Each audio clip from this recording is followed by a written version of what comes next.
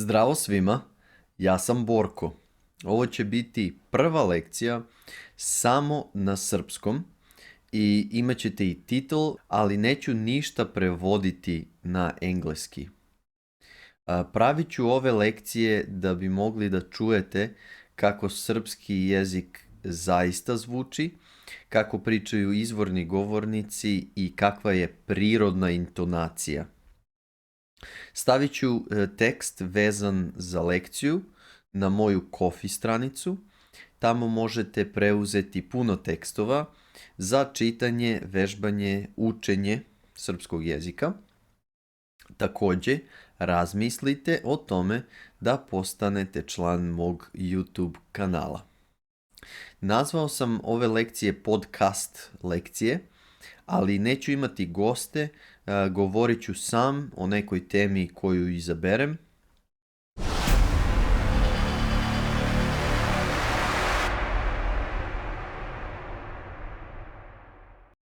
Danas želim da pričam o novom iPhoneu 14.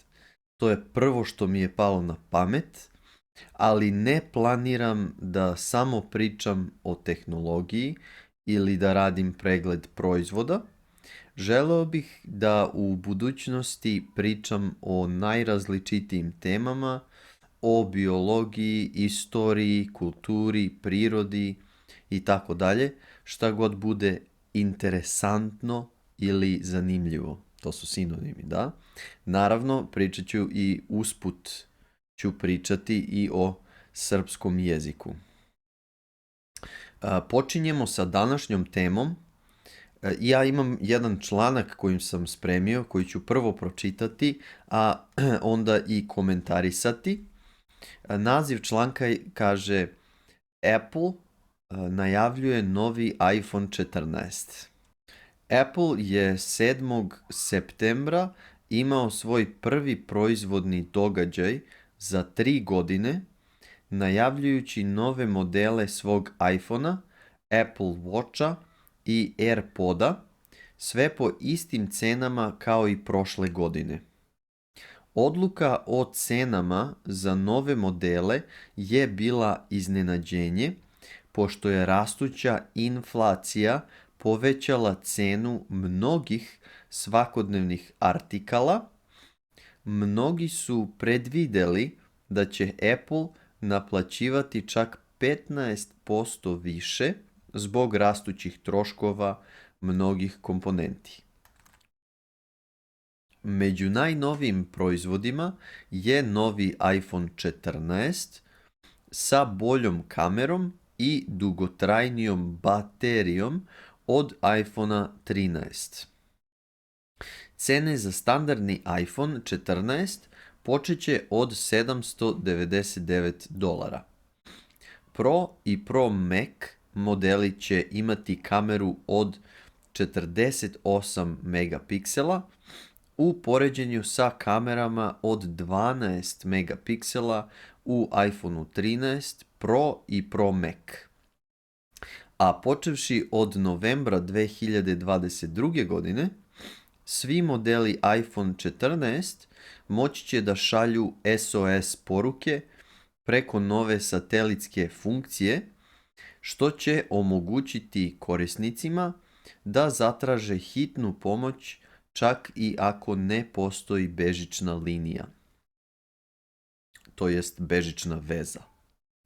Svi modeli iPhone 14 će uključivati novu funkciju detekcije sudara, koja može da otkrije sudare i automatski se poveže sa službama za hitne slučajeve.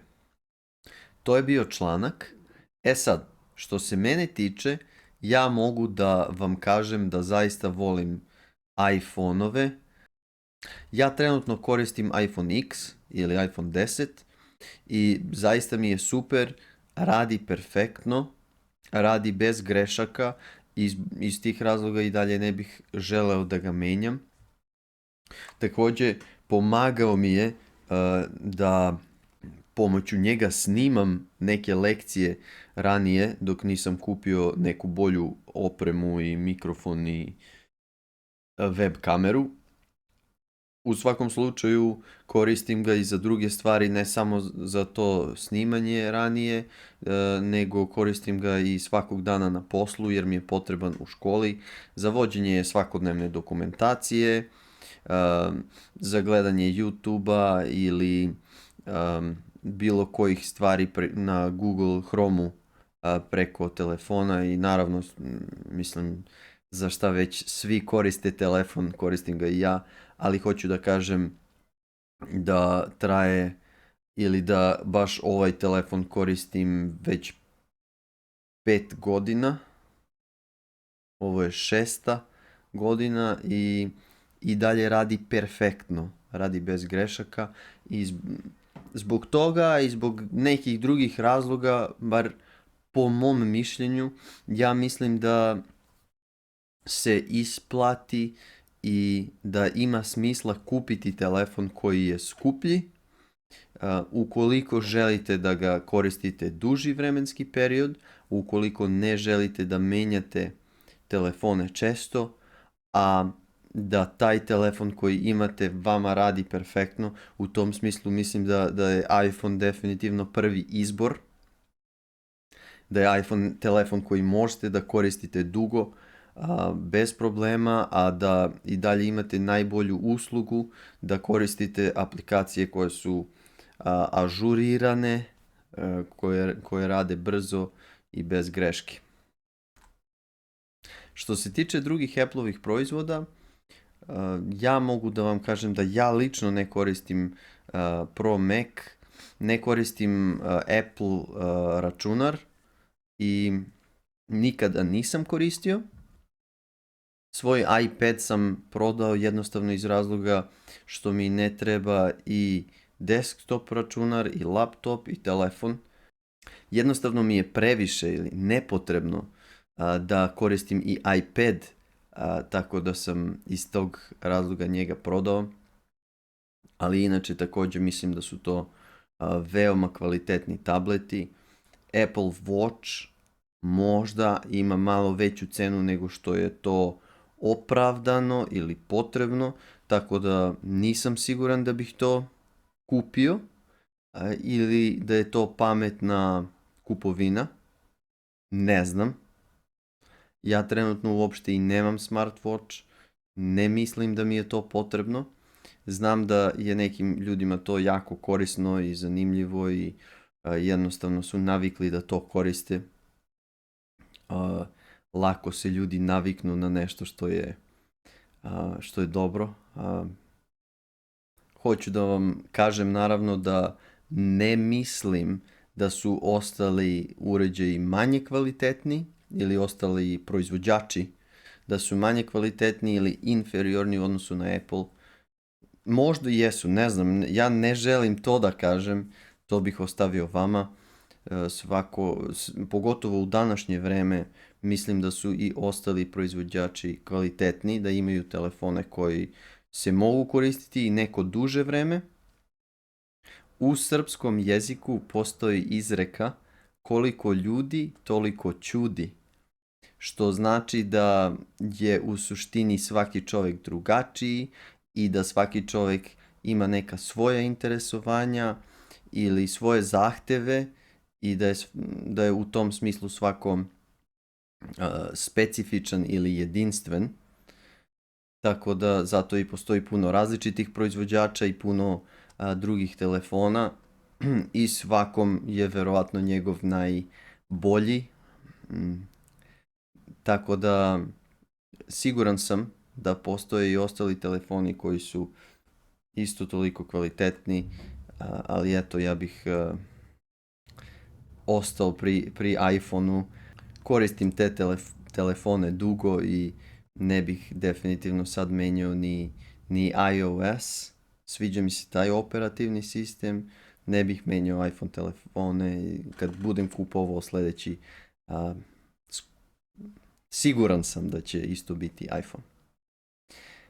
Sad, možemo da pogledamo specifikacije, da vidimo, na primjer, koja je razlika između iPhone X i iPhone 14, zato što su I onako vrlo male razlike između 13 i 14, pa taman možemo da vidimo razlike između jednog telefona koji je napravljen pre, ja mislim, 5 godina i ovo koji je evo, izašao skoro,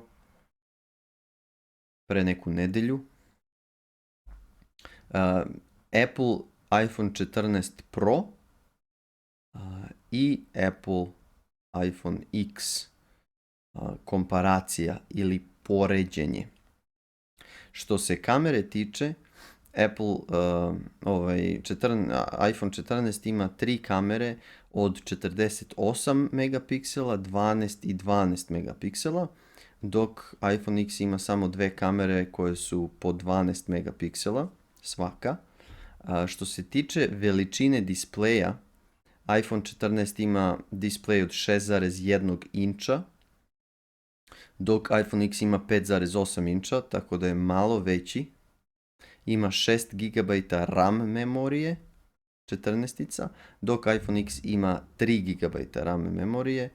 Normalno, što se tiče storage-a, odnosno što se tiče prostora u samom telefonu ili memorije telefona, oni se razlikuju, znate i sami, mogu se kupiti telefoni od 64, 128, 256 GB. Dalje, mislim da sada iPhone 14 ima dual SIM opciju, što znači da možete staviti možete imati dva broja, dve SIM kartice u jednom telefonu i normalno podržava 5G mrežu. Prednja kamera ima 12 megapiksela kod iPhone 14, tako da ispada da je to znatno poboljšanje u odnosu na ovaj model koji ja imam, na ovaj model od pre 5 godina. Što se tiče visina je 147,5 mm, pričamo o novom telefonu, ovom modelu koji je izašao ovog septembra.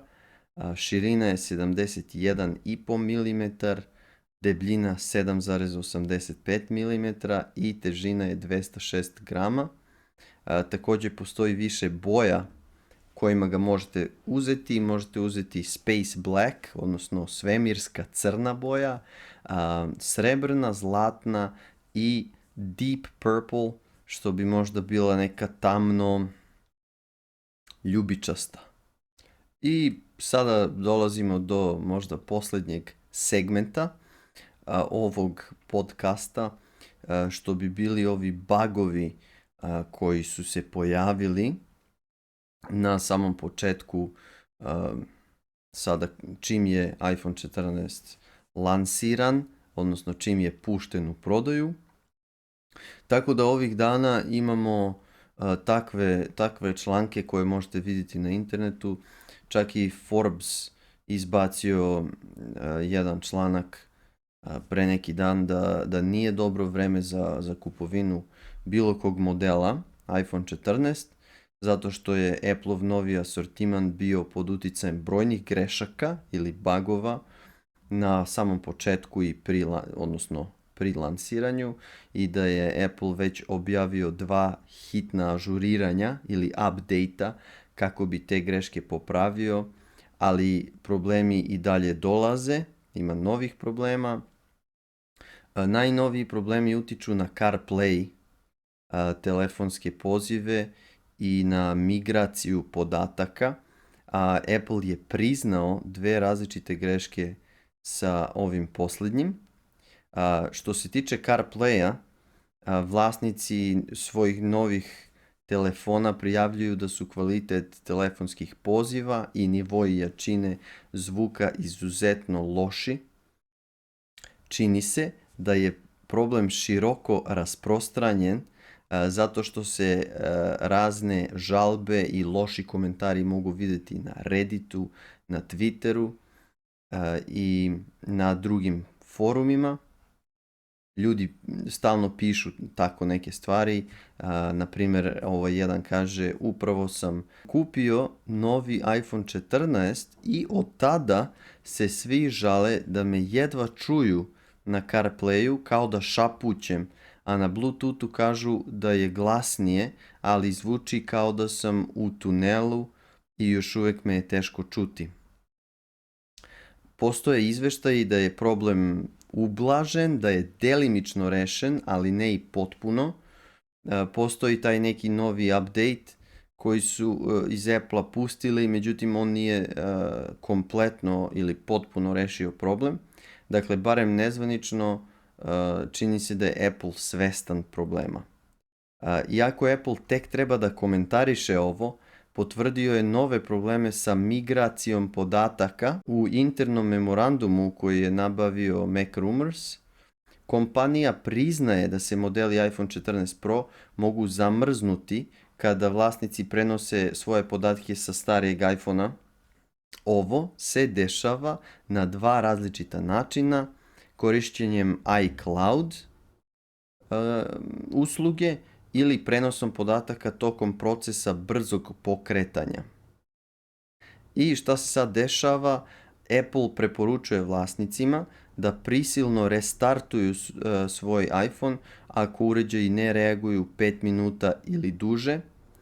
Trenutno nije poznato da li bi neki podaci mogli biti oštećeni ili izgubljeni tom prilikom, ali to je jedino što bi ti ljudi mogli uraditi. Kombinujte ove probleme sa gomilom grešaka u iOS-u ili iOS-u, kako bi možda neki ljudi ovdje rekli, u iOS-u 16 i čini se da rani korisnici ponovo plaćaju za svoj entuzijazam. Znate, to se pričalo i ranije da ne treba da žurite sa tim Apple proizvodima zato što na početku možete iskusiti te neke greške koje se u kasnijem periodu isprave, ali za te ljude koji su jedva čekali i prvi kupili svoje telefone, za njih nema sreće trenutno jer postoje te greške kroz koje moraju proći sada i moraju biti strpljivi da sačekaju da Apple to reši. Dve namenske ispravke grešaka za iOS 16 su već objavljene samo 8 dana nakon njegovog dolaska, a možete očekivati još mnogo toga. Eto, neka bude da je to loša strana ili nedostatak Apple-ovih proizvoda, mada generalno ja mislim da to ne bi mene sprečilo da kupim njihov novi proizvod, samo što ću naravno sačekati još neki mjesec. Mislim, meni se uopšte i ne žuri jer moj telefon radi savršeno i ne moram ga uopšte ni menjati.